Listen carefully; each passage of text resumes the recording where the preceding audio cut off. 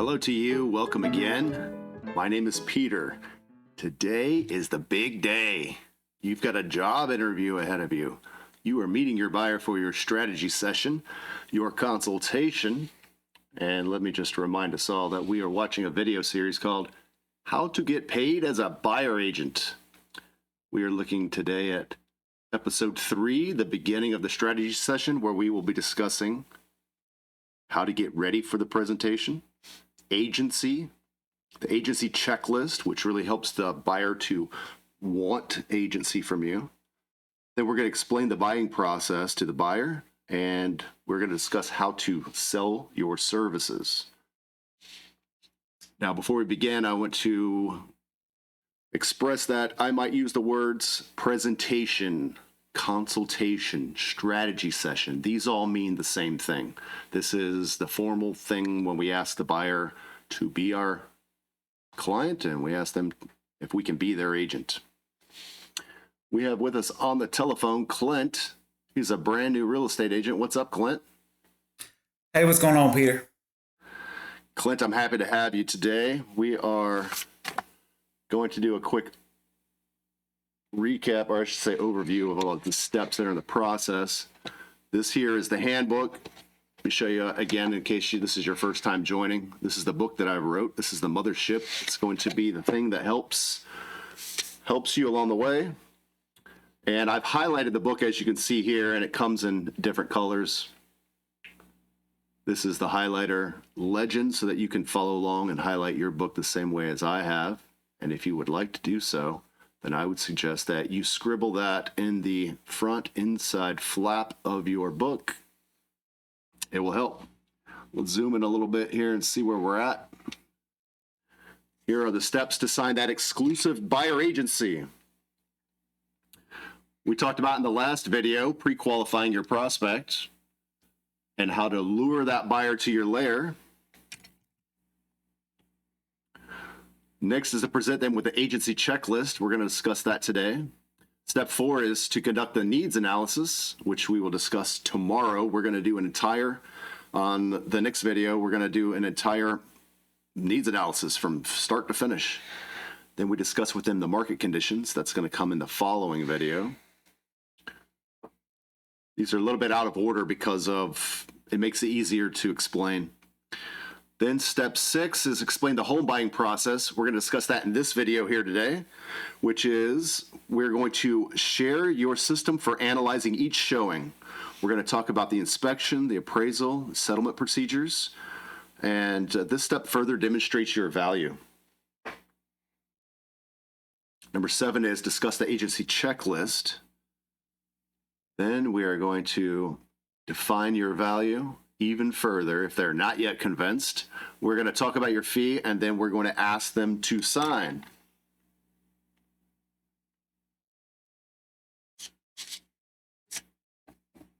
Also, I want you to keep this in mind that all objections that a buyer may have, you want to couch them in a way that demonstrates that you are sharing with them how it's in their best interest to proceed. Anytime that they say that they don't want to do the presentation, they don't want to sit for a consultation, strategy session, that they just want to go look at houses first, we want to use a script that's going to help illustrate to them why it's in their best interest to do so. Remember, I'm going to help you find the right house at the right price with the least hassle. That an hour with me up front saves you hours or days of time in the field. Remember that we have a system. Tell them that this system it works and it's best for them. It's going to help a lot. Remember, we want to continue to demonstrate our value every step of the way. Show them how you're going to advocate on their behalf. And the whole point of this is to give overwhelming service. Some agents say, Peter, this is way too much work. Well, get to work on it. With that overwhelming service, then we can command a premium fee, as well as earn repeat customers and those that will give glowing referrals on our behalf. And also practice this. Don't just go out there the first time and try to do it willy-nilly. Find another agent, find somebody who's a friend or family member, practice with them. It really helps. Okay, so now we're going to talk about what happens before they show up. We want to get there early. And before we do that, let's look at this tool that we've got. It's called the checklist. Zoom out just a little bit. Wrong way. So this is part of the free download that you can get when you come to the website. And I'll show you that right quick. There are 8 tools in that free download, and they are designed to help you with your business. This is one of them. There are 2 checklists. This one is checklist number 1. And it is to prepare you for the buyer presentation. So you'll see that there are boxes here for us to check. We got to make sure we remember to bring these things with us. Now, this is a PDF that you can edit, and you can put things in these blank boxes here. So we've got where we can show them the, make sure that we bring along with us our buyer presentation mat. Made a picture of it here to help remind you. This is probably the most important thing. Bring some dry erase pens, any other props that you've got, disclosures, stuff for the kids to distract them so that you can have a distraction-free conversation with parents. And also remember that not all kids are little. So you might want to keep in mind preteens or teenagers, bring something for them. These days, they'll probably just be on their phone. Also, we want to bring along our agency agreement, our buyer brokerage agreement, and a small notebook for taking some notes, something to tote all this stuff in. So this is a good tool to make sure that you don't forget anything along that path. Let's look back in the handbook again at page 171.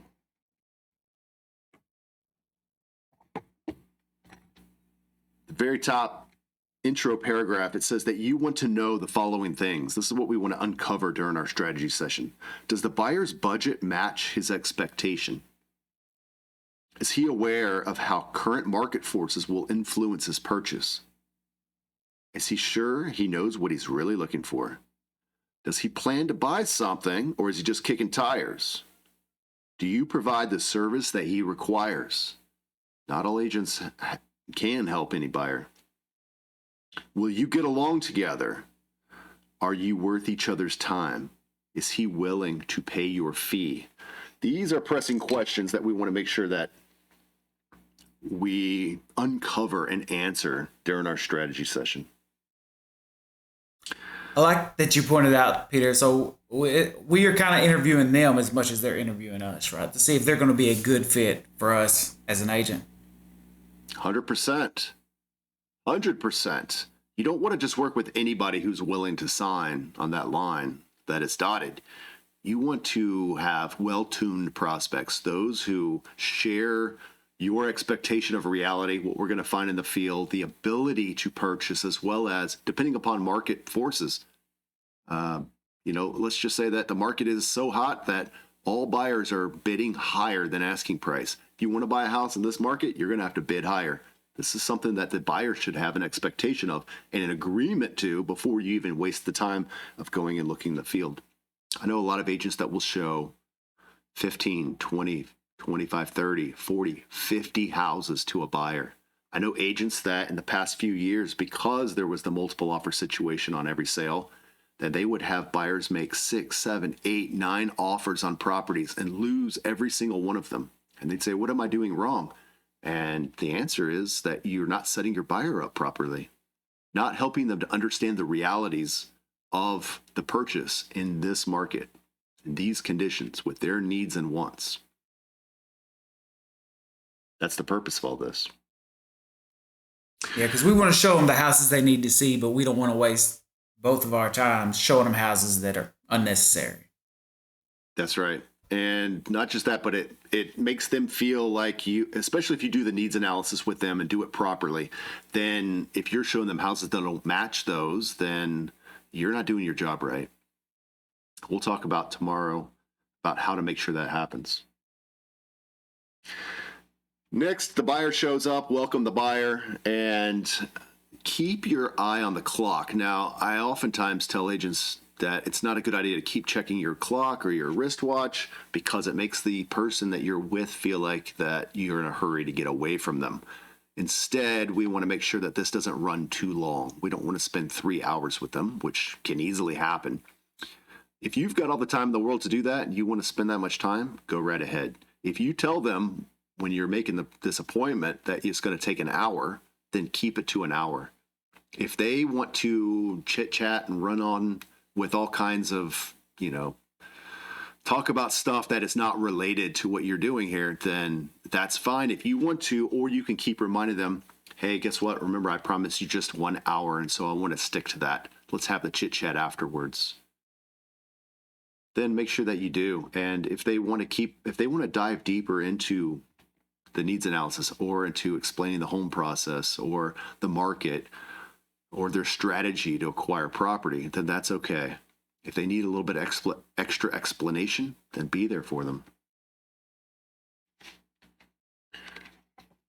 All right, next let's talk about agency, because this is the whole point. We want to understand what agency is so that we can explain it to them, and we're going to show them a agency checklist in a moment. So before we get to that, it's important that we have an understanding of what it is. Now remember, I've highlighted this book.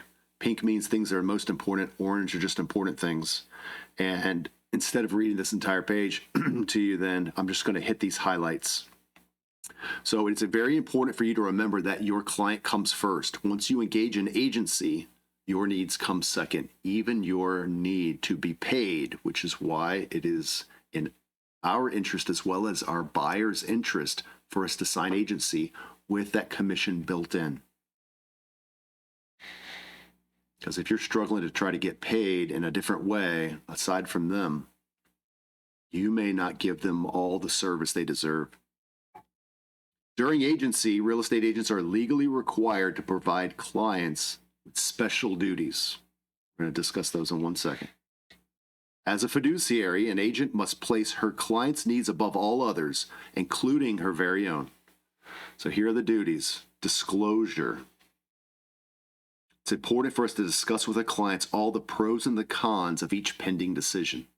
This is something that I would also say out loud to them during this presentation while we're explaining agency and while we're explaining the home buying process to help put their nerves at ease, as well as it's one of the duties that we're required. We want to make sure that they are well informed for every turn in the process. Also, another duty we have to give them is skilled care. If you're brand new and you don't know what you're doing, then have a mentor, have a coach, have somebody who's going to help give you some guidance. This doesn't mean to recoil in the corner and not put your neck out there and go help them with things, but keep in mind that skilled care is what they're looking for. They assume that you know more about this process. That's why they're hiring you.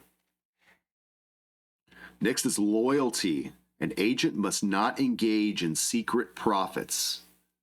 I have agents that call me every now and then and tell me that they have signed agency, they've got a buyer brokerage agreement with a commission stipulation, but now the listing agent is paying more than the buyer's agreement shows. Well, if you just take that extra money and don't disclose it in writing to your buyer, then this is a violation of your agency. This is violating the loyalty that you owe to your buyer. It's okay to get paid that extra money, but they need to know about it. In one particular instance, just about a month ago, an agent called me and told me all about this, and he said that his buyer was having a hard time getting all the money together for the concessions that the seller was giving, which were closing costs plus the commissions, but the buyer was unaware of the extra commission that the buyer's agent was receiving. And then the buyer and seller got into disagreement about lowering the price after due diligence, and they almost couldn't make it work. And the buyer called the agent crying multiple times, saying that she was upset that she just doesn't think she has enough money to close. Turns out that the seller had that money and would have donated it to the buyer for the closing. However, her agent was taking that money and the buyer was unaware of it. And as a result, the buyer eventually found out and fired her agent. So this is a big no-no. You do not want to engage in secret profits in any way, shape, or form, whether it's money or some other thing of value. Confidentiality, we owe them the confidence. We also, so it says here that when presenting lowball offers, do not apologize. This is violating the confidentiality.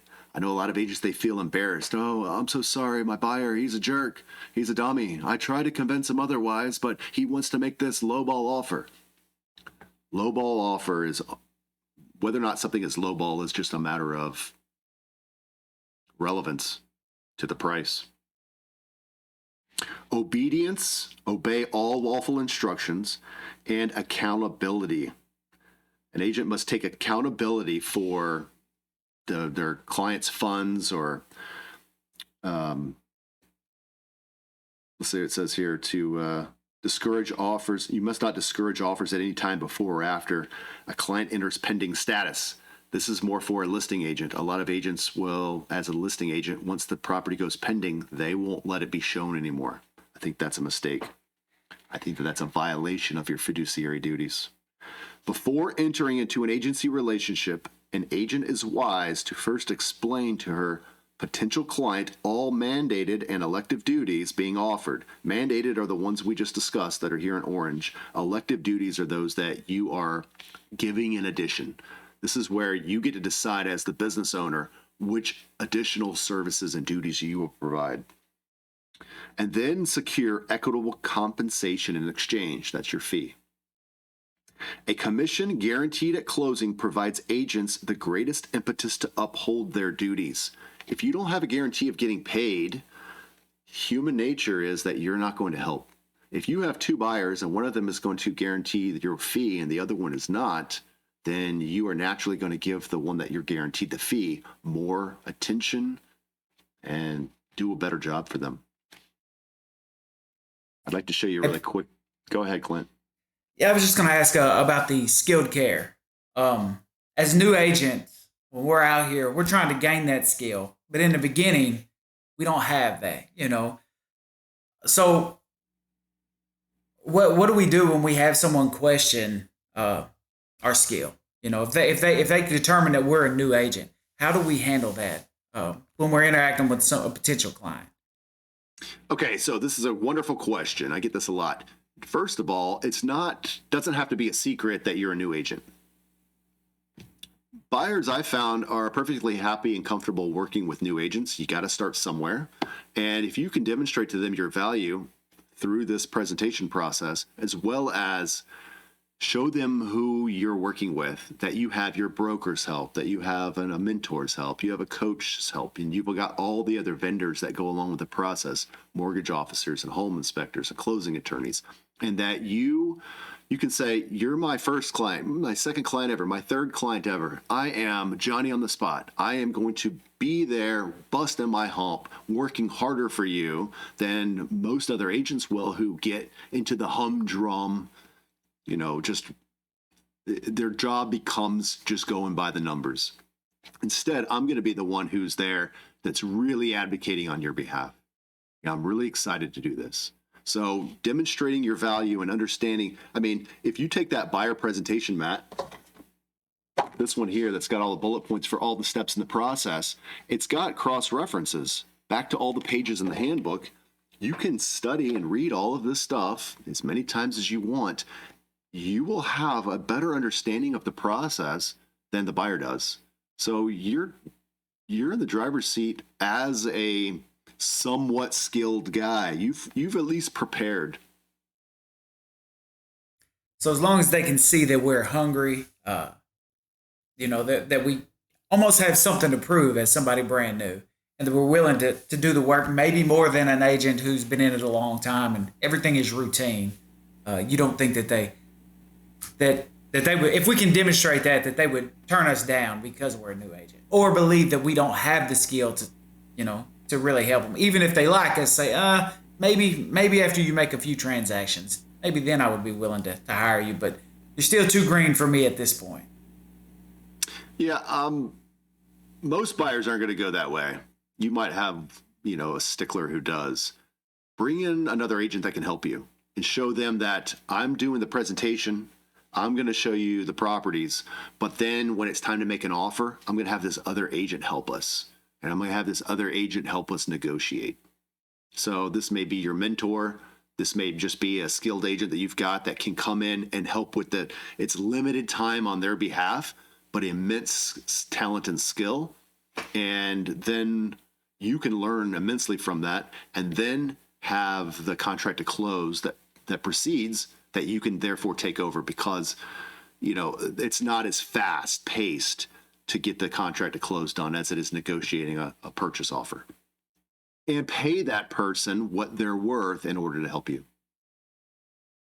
Yeah, I think that's good tips, good information. That would make me more comfortable, in that first deal or two, to have somebody to oversee and help guide me through that. Yeah, I think it's smart. It's a smart play, because paying a little bit up front now gives you a leapfrog in abilities later. And, if sharing some of something is better than keeping all of nothing. That's exactly right. The next page over says how to clean up in real estate, and shows this lady sweeping the floor. Look at this. This is a photograph from the turn of the century, the last century, that is. And this machine was already in use. I found that to be a bit fascinating. Just hitting the highlights here, it says a smart agent reuses the same clients over and over again. This is repeat business, same people. Agents who get the job done properly, provide the greatest possible service, act as a true fiduciary, advocate with every breath. These are the ones who have clients who insist on being reused or repeat, and they freely give glowing referrals. This is a fantastic way for you to really ramp up your business fast, is to give the best service that you possibly can. Now, let's move over to buyer presentation, Matt.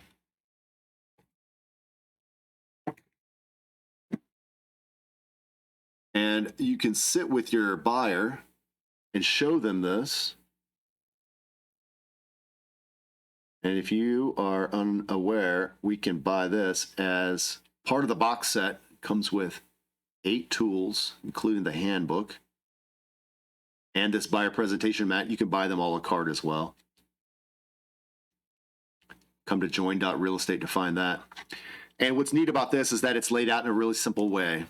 So you see, number 1 is pre-qualification, and it's got in here some boxes that show, I'm going to zoom in a little bit more. It's got the boxes here that show that we've got different ways: cash, conventional loans, FHA or VA. There's special types.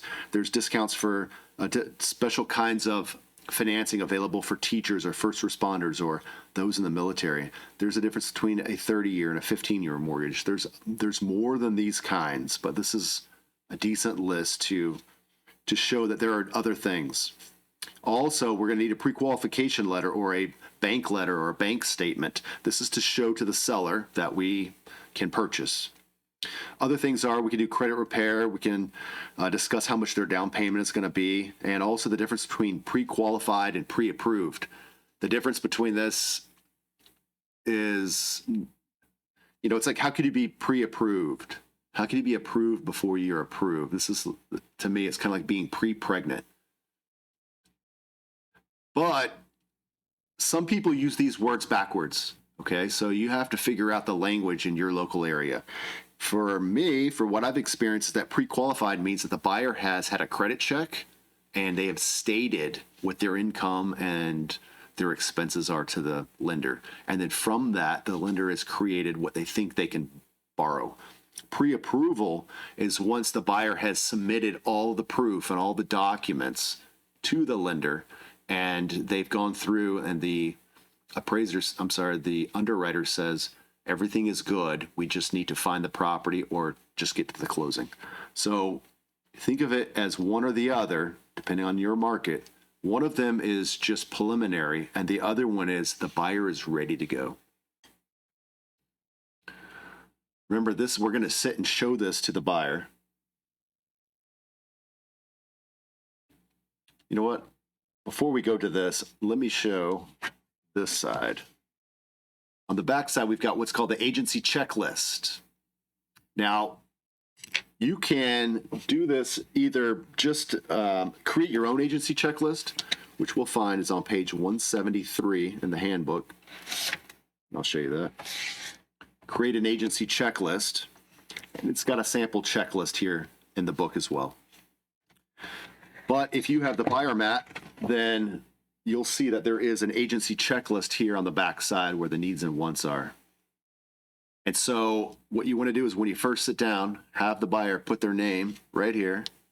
They say, my name is Joe Buyer.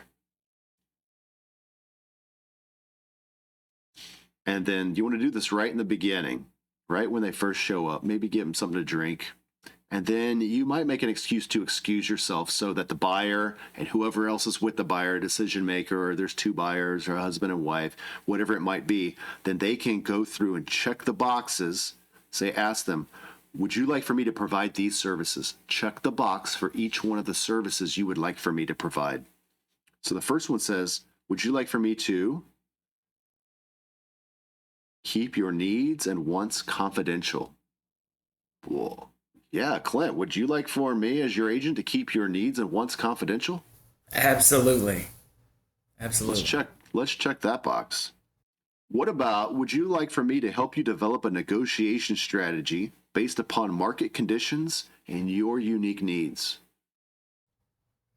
I think that would benefit. Yeah, I think that would benefit me as a client. Absolutely. Yeah, who doesn't want that? What about, would you like for me to give you advice on which clauses and contingencies to add to your purchase agreement? I would absolutely. I have no idea about the contingencies as a client. Right. Yeah, these are the things that are going to protect you during your purchase agreement. Would you like for me to provide my opinion of fair market value on any property that you're interested in? Yes. Yes. Because I may think my house is worth $5 million when it's worth, $200,000. Well, I mean, as a buyer. Oh yeah. That so way I'm we'll not make sure- spending $10 million on a house that is Right. worth 200,000. That's right. So, I mean, these are starting to become no-brainers, right? Would you like for me to investigate and report all information that I learn about the sellers? Mm-hmm. Absolutely. Would you like me to tell you if I think that a particular property is overpriced? Yes. Yeah, of Yeah. course Nobody you wants to would. pay more. Would you like me to give my opinion and insights regarding real estate customs and how they may affect you? Yes. If you want the best deal, yes, I would say that's important. That's true. Would you like me to notify you first, above all others, when new properties of your interest come onto the market? Absolutely. Would you like that first look? The last one here says, would you like me to represent only you throughout your transaction? For sure. But how would that does not mean that you couldn't have other clients separate from this client, right? That's right. We're meaning just in this transaction. Would you like for me to represent only you, or would you like for me to represent the seller? Right. Yeah. So Absolutely. the buyer is going to check all of these boxes, or if you make your own version, then they're going to check all these boxes. You want it to be where they answer yes, they check when you make your agency checklists. Now, what this does is it makes the buyer ask for agency. You see, the fact is that you are not able legally to provide agency without an agency agreement. This means that the things on this list you are not lawfully supposed to give to a buyer who is merely a customer. A customer is going to be someone who doesn't sign agency. Now, in Georgia, we have a law that says that all agent customer / client relationships must be in writing. So we've got two kinds. We've got agency, and then we have customer. And so the customer duties cannot be these things because you're not giving fiduciary care. You're not giving agency to someone who doesn't sign an agency agreement. So you see, this is not a trick. I'm not trying to trick the buyer into agency, but I want to highlight and explain to them what agency is. This is the easiest way to do it, is with these examples. Would you like the following services? Yes, yes, yes, yes, yes. Wonderful. Then what you're asking me for is agency. And that requires we sign agency agreement. Hey, Peter, I'm in Arkansas, and Arkansas does allow dual agency. How would this how would this apply or affect a dual agency situation if someone is in a state with with that type of agency? I'm not a fan of dual agency. I think dual agency is not good for either side. You see, this is like asking the same lawyer to represent two different parties in court that have a lawsuit against each other. In my opinion, you cannot really give dual agency and agency at the same time, because the fact that you have agency, remember, we have to have some confidentiality. It's one of those duties. And so you can't keep something confidential from one client while you're giving it to another, because that would be a conflict. A lot of states allow for the dual agency. They allow for it here in Georgia as well. It has to be in writing, disclosed by all parties. Both the buyer and the seller have to sign off on it. This is not ideal. I would discourage you from practicing dual agency. You should pick a side. Well, what if you have a listing, already have agency with them, then you meet a buyer, you go through this process, now you get agency with them, and now this buyer wants to buy your listing. I think that's important for you to say to the buyer that before I do this with you, perhaps you want to see my listings. So it just may be that after you do your needs analysis, or even before this whole process begins, the strategy session, if you have a cursory understanding of what they're looking for on the telephone or just face to face before you have this appointment, and what they're saying matches one of your listings, then you may say, would you like to see my listing before we go and discover other things? Now the buyer can act as a customer. You sign a customer form, show them the property. If they buy it, you now are representing the seller and the buyer is unrepresented. You may ask the buyer to, if they want agency, and then refer them to an agent that you already know. So this way the buyer gets the chance of agency, and you can offer that other agent a discounted commission because you already found the buyer.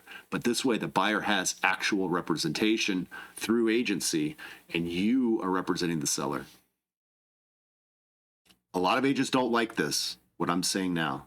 A lot of agents say, no, that doesn't pay me enough money. That doesn't give me everything. I found this buyer. Why should I give it to another agent for a discounted fee or any fee at all? I think you can find yourself in big hot water if you hide agency from a buyer, or if you engage in dual agency. Remember, if this client came to me first, then they have priority over any subsequent clients that may come for their transaction alone. Yeah, I agree. It seems like you're kind of teetering right there on the edge of a cliff. Even if you have good intentions, that you could slip up and get yourself in trouble trying to, walk that tightrope of dual agency. Yes, I agree. And I think that it's, here's the thing, you can't hide things from these people.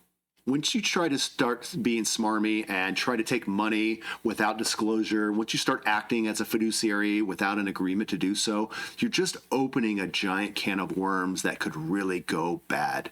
And it's best to do your business without having to lose sleep or look over your shoulder. Now, I know a lot of agents say, but the other agent does it. The other agent does it. I wouldn't do it. It's just not smart. It's not good for giving fantastic, overwhelming service. It's not good for advocacy. It's not good for getting repeat business and glowing referrals. If that's what you're after, then I would be honest and upfront in all the dealings and never look over your shoulder. And if say we were with a buyer, and then we do this agency checklist, and at the bottom it's, I say I represent only you, and then you end up in a dual agency situation. Have you broken that agency? You can't end up in a dual agency situation without everybody signing that they're in dual agency. You see, so you would be doing it the wrong way. If you have a seller already and then you have a buyer, and the buyer wants to buy your listing, I think that you should sever the agency with that buyer.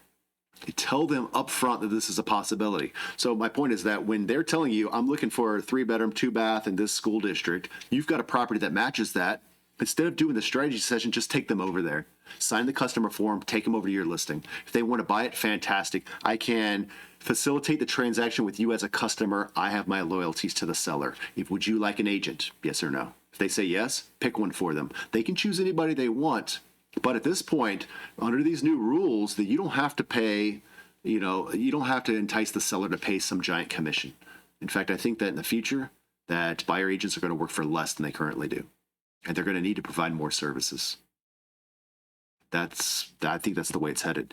On the other hand, if you have a buyer already, agency agreement with, and then you meet a seller who matches what the buyer's looking for, before signing agency with the seller, tell them, I've got a buyer that might match these, might match this property. Bring the buyer over, get the seller to sign a customer form ahead of time. And then if the buyer wants to buy that property, then you explain to the seller, I'm representing the buyer. I can facilitate this transaction where you are a customer. Here are the duties I provide to customers. If you would like a real estate agent, I can provide you one, or you can go out and find anybody else you want. Okay, thanks for clarifying that. Yeah, I think it's important. That's a really good question, and I'm glad that you mentioned it, because this is where a lot of agents get themselves in trouble, because they're trying to hide how they're getting paid. That's the whole point of this, is that we're going to make sure that we get paid on paper ahead of doing any of the job. Well, any of the representation, that is. Let's take a quick break and hear from our sponsor, the CE Gangster.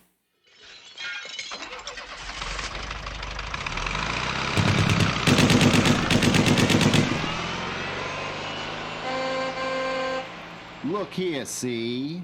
Found some CE, you see? Fell off a truck, see? And now I'm making you part of this deal, see? I got all the CEs from all the states. Pre-license, post-license, and plain old regular CE, you see? Therefore, if you're getting your license, you're getting it from me. Or you're getting it from me, punk! Visit CEGangster.com for all your CE needs. That's CEGangster.com. CEGangster.com. Welcome back. That guy looks familiar, huh? All right. Here we're looking at page 176, how to explain the home buying process. This is the next step during our strategy session. So we've got here that an agent's best friend is an informed client, and a client's best friend is a dutiful agent. Remember, yellow means it's a script or a script seed, meaning these are the things that you should be saying out loud to your prospects and your clients. Explain your process for searching property with your client's specific needs and wants in mind. And what we're going to do is show them that we've got this tool called the scorecard for buyers. And we'll discuss this more in another video, but this is show them this, and this is it allows them to help try to pick out the right property, how to, once we've viewed a property, how we're going to analyze it and rank it and keep it in our mind as to a yay or a nay or a maybe. Next is the earnest money. We need to define its use and suggest an estimated dollar figure to match the current market. You should understand how much earnest money is required based upon the current market conditions. For some markets, it's $500, some it's $5,000, some it's 1%. It depends upon the market. Next, we're going to talk about offer and contract. Show them a sample contract form and explain all of the parts. Briefly discuss contract basics, offer strategy, and that you're going to review all the seller's disclosures together, so they understand that you are in this together. Talk about the home inspection, explain the cost of inspections and how a generalist home inspector does just that. He's not going to dig deep into property systems. That instead we need to, if we find something specifically wrong with a roof or a pool or a HVAC system, that it's a good idea to hire a specialty inspector to come in at that point. And discuss due diligence. Show them that we can renegotiate once we have some inspections made. The buyer may renegotiate its purchase agreement to reflect previously unknown conditions. We'll have an appraisal, tell them about that, explain how you're going to protect them during the purchase agreement, and how those contingencies can help, and then how we're going to walk through the property before we go to the closing to make sure it's still standing there and that the seller has honored all of their obligations. Provide a list of all potential vendors, services, warranties, insurances, options, and outside helpers that the buyer or the seller might want to utilize when making transaction decisions. Clients who discover needed services and or warranties post-closing might blame you for a failure to mention all of their options. There was a lawsuit I remember that was highlighted in a magazine several years back where this happened. It went to the Supreme Court of their state. I think it was Ohio, if I'm not mistaken. And what happened was that the buyer bought a house. The agent never made any mention of a home warranty, what it is, how it works, and whether or not the buyer should be interested in one. Turns out once the buyer bought the property, then something big like the air conditioner or the heater blew out. And the buyer figured that, well, if they had this home warranty for $400 or $500 and they paid the deductible of $125, that they could have had a brand new air conditioning system. But instead, the buyer ended up paying thousands of dollars for a new air conditioning system and sued the agent and the broker because they did not give them that information. And the court said that the buyer had, based upon agency, the buyer's agent should have known about home warranties and should have disclosed them. You can do a document that explains every one of these things and just hand it to them. You can explain it to them, but giving it to them and having them initial that they've received it is a fantastic idea.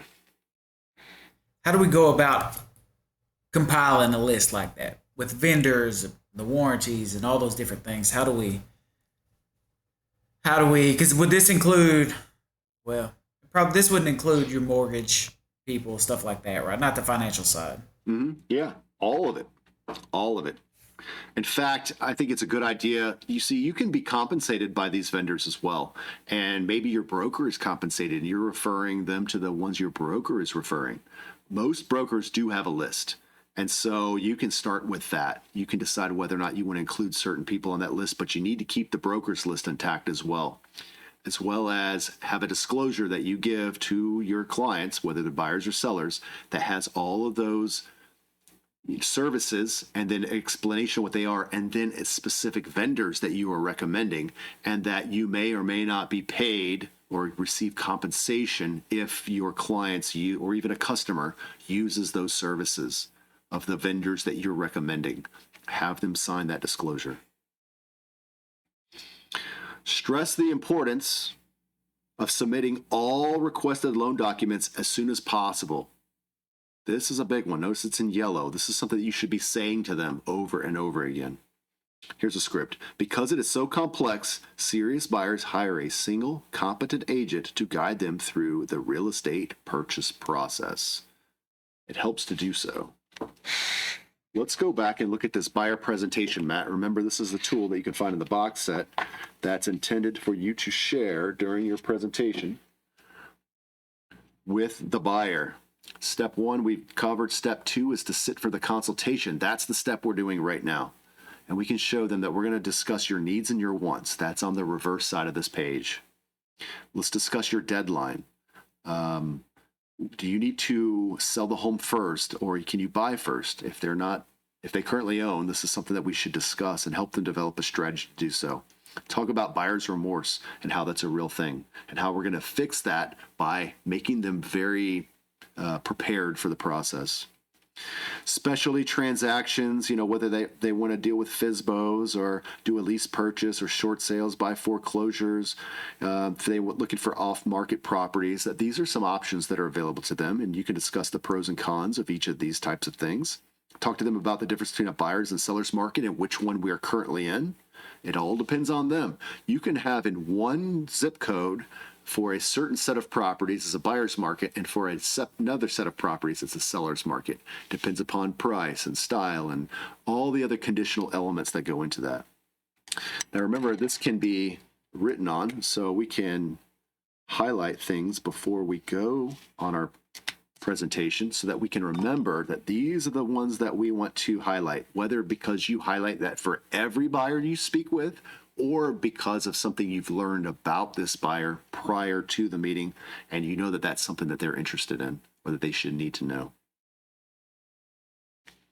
Talk about disclosure and how you're going to make sure that they have all the relevant disclosures. Bring these things with you to the meeting, whether you hand them it on paper or you have them digitally sign. Talk about agency after we've already just shown them that agency checklist and they've checked all those boxes. Then we're going to talk about, tell them we're going to talk about the conditions. Now, this is a list that we can use to help guide us on our needs and wants analysis. We're going to talk about that in the next video. Step 3, you see the arrow goes into search for property. We want to do step 1, then step 2, then we go look at property. So show them that you're going to preview property so that you don't waste their time. Tell them that you're going to set all of it all up and you're going to do route planning and to discuss some safety items that you may need to do, and that you're going to bring the needs analysis along with you, and that you're going to bring this scorecard for buyers, which we'll discuss how to use on another video. And this is where you're going to show them how you evaluate each property and name it and all this kind of stuff. So then it says, did you pick one? If yes, then we're going to move on to the next step. But if no, then after we look at so many properties and they still can't pick one, then it's probably time to revise the needs analysis. Just literally sit down and do this all again. And so then you will keep going through this loop until they finally pick one.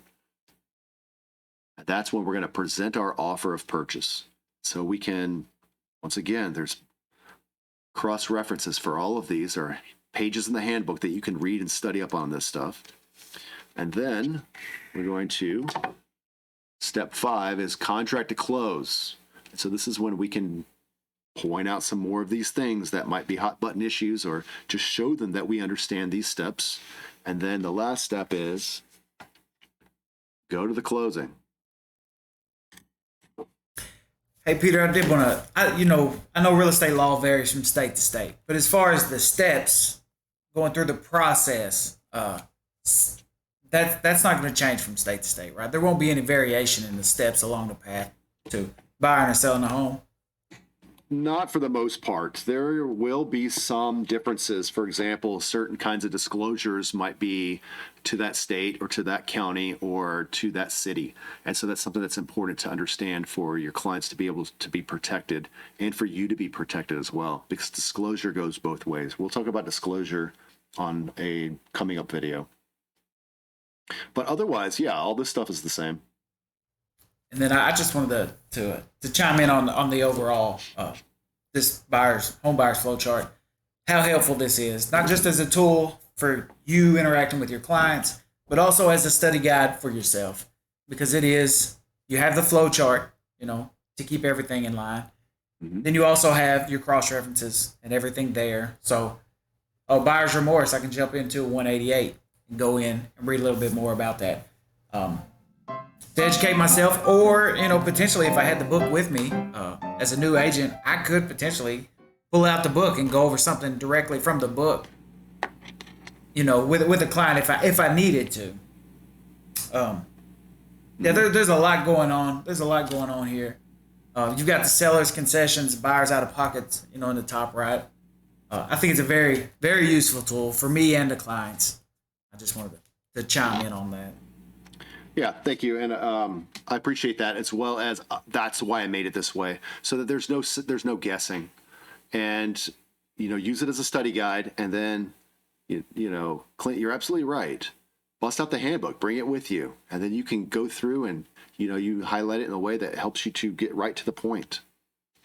And thanks for mentioning this part too. So we've got seller concessions. These are typical seller concessions, and then these are the things that a buyer will come out of pocket for. So it's a good idea to mention this stuff. If as a brand new agent and you show all this stuff, does that make the buyer feel a little more confident that even if you haven't run the laps yet and had a transaction, that you have a pretty good understanding? You've at least studied. You've boned up on what is required to get the job done, and that if you are aware of all the stuff on this, then they're in much better hands than going at this alone. Yeah, absolutely. I think it's a demonstration of value, that they can see, that you can go over and they can ask you about each. Well, what about that? And you could hit on that, as opposed to me just coming in with nothing. So I can tell you I know how to do my job. I can tell you I'm an expert, but then I have to take your word. And if they can see it, if they can see you talk about it, even if maybe you're not, you've just studied up and you're still learning. I think the appearance of that, and the fact that you're prepared and you go over it, all that, I think that it would be a demonstration of value. And I don't know how you leave with them not saying. I think that they really know what they're talking about. I think they may be, hopefully they may be the agent for us. Don't be surprised when you show up as a brand new guy, never done this before, or somebody who has experience but has never done a buyer consultation, and you go through this, that they say, wow, I mean, agents are not created equal. They're just not. And so they're going to have that impression that, if nothing else, that you've studied and that you have a good knowledge of this. Don't discount that. Lack of experience doesn't have to mean bad service. You've got people that can help you. You've got the handbook. You've got the tools. Use them. This system works. It's much better than shooting blind. I want to point out something that I like to put into my agency agreements that I call the dumb thing clause. Now, this is when you're going to inevitably have a buyer or seller who wants to do something that's dumb, that might harm their ability to achieve their goal, which is to buy or sell real estate. I tell them during this presentation that I'm going to always give them the pros and the cons of any decision that they may make throughout the process. If they want to make a bad choice, in my opinion, or the opinion of the experts who I consult with, then I will tell them I think this is a really bad idea. And if they insist they still want to do it, I will reiterate and try to find new words to convince them of why this is a bad idea. If you still want to do that bad, dumb idea, then I'm going to ask you to sign a piece of paper that says, I wanted to do this really dumb thing, and Peter told me that it was a bad idea, but I decided to do it anyway. And so I tell them that during the presentation, and say it with a smile on your face, kind of laugh about it. Then when you get in the field, 2-3 weeks from now, they want to do something dumb, and you give them the pros and cons, go through the whole thing. All you have to say at that point is, once you've exhausted your other words, remember the dumb thing clause, and I asked you to sign something if you want to do something stupid? I've had to use that a few times, and they just laugh and say, all right, never mind. So that's the dumb thing clause. I think that's probably a good idea. I think that's a good idea to just say, if I'm here to represent you, I want to do that to the best of my ability. And if I realize you're doing something that is you're making a bad move, I reserve the right to let you know that. Yes, because as your fiduciary, I am going to follow your orders. Okay, remember, obedience is one of those duties that you owe to your clients. That means that if they tell you to do something, that you're supposed to do it. Now, if it's unlawful, you don't have to do it. If it's unethical, you don't have to do it. But make sure it's truly unethical if you refuse. Otherwise, you have to do all lawful orders that they give you. So this is where you can have that dumb thing clause come in. Look on 172 in the handbook. This is called How to Sell Your Services. Real estate agents are not created equal, so that potential clients may more easily differentiate between you and all others. Properly define how you and your unique set of skills will benefit them and their goals. Define your promised service, then present it in a way that they can easily digest. You might want to create a brochure of some site of some kind that is going to show all those services that you give, and perhaps has testimonials on it. Here's a great script starter. My clients love me because. Use that to demonstrate all through this process when we're explaining the process, the home buying process. My clients love me because I always answer the phone. because I get the right answers for them. I don't just guess. My clients love me because I ensure that they have a good understanding of the market before we go make an offer. You get to decide what you fill in the blank on this, but this is a great script starter in order to show them the services that you provide, differentiate you from the others. Don't shy away from presenting your expertise in a way that highlights the benefits of being represented by you. That's really what you want to do. Show them how it's all for them. Next is show them your team, your posse. So let's look at that real quick. Page 179. This is your posse. These are all the people that are going to help throughout the transaction process. See, we've got insurance agents, a locksmith, the mortgage lady, home inspector, the pool guy. Notice the photographer back here, he's hiding. We got a home stager, a coach, landscaper, closing attorney, appraiser, handyman, exterminator, painter, your mentor, your broker, the cleaning lady. These, and there are more that you may have as your posse.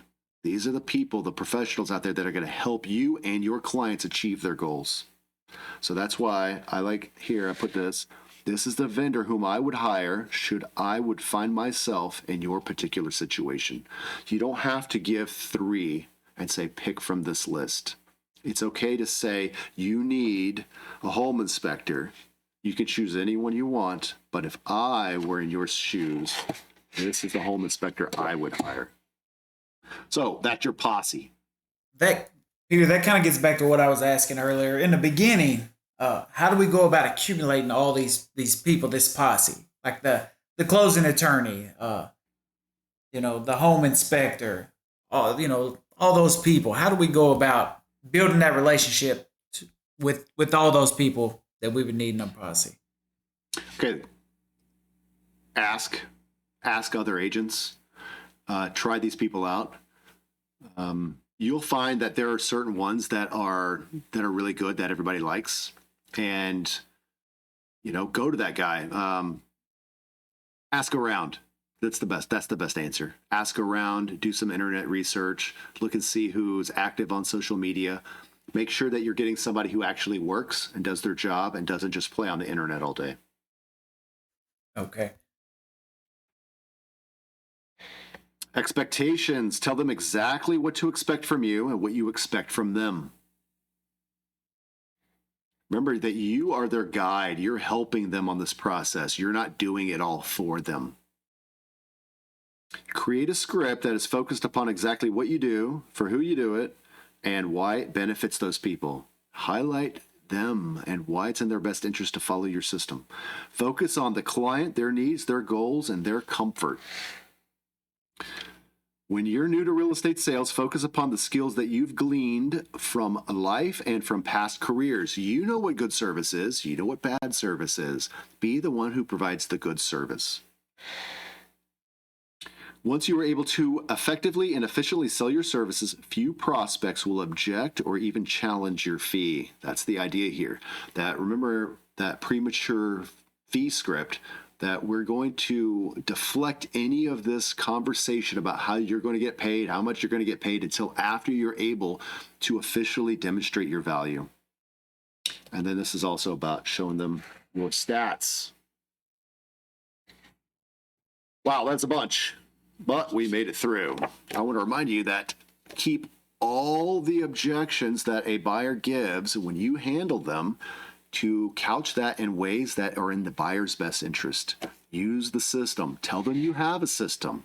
It works. It's designed to help them achieve their goals. That's why we have to do step 1, step 2, then go look at property. It's in their best interest to do so. Continue to demonstrate your value and advocate on their behalf. Show them how you're going to do that. And remember, we want to focus on overwhelming service. When you provide overwhelming, great service, you can charge premium. And you earn those referrals and those repeats. Let's look one last time at what's coming up next. The next part is going to be strategy session part 2. We're going to do a needs analysis, peel that onion, every onion. Clint is going to act as our buyer, and I'm going to be the agent. We're going to do a real, almost real life needs analysis, and we're going to go through the whole thing and not leave any parts out so that you can get a good demonstration of that. And before we go, I want to remind you that you need to abandon the victimhood status. Forget all about this notion that how am I going to get paid? You're going to get paid by doing it the right way, the way that it's always been, the way that provides the best service to the client. They'll make sure you get paid. Do not tell lies. Do not lie to yourself. Do not lie to your prospects. Do not lie to your clients. Do not hide how you're getting paid. It's unlawful, it's unethical, and it will get you in big trouble. Clint, thanks for your help. Yeah, sure, Peter. Thanks for having me. See you. Yes, sir. We'll see you in the next time. Bye now.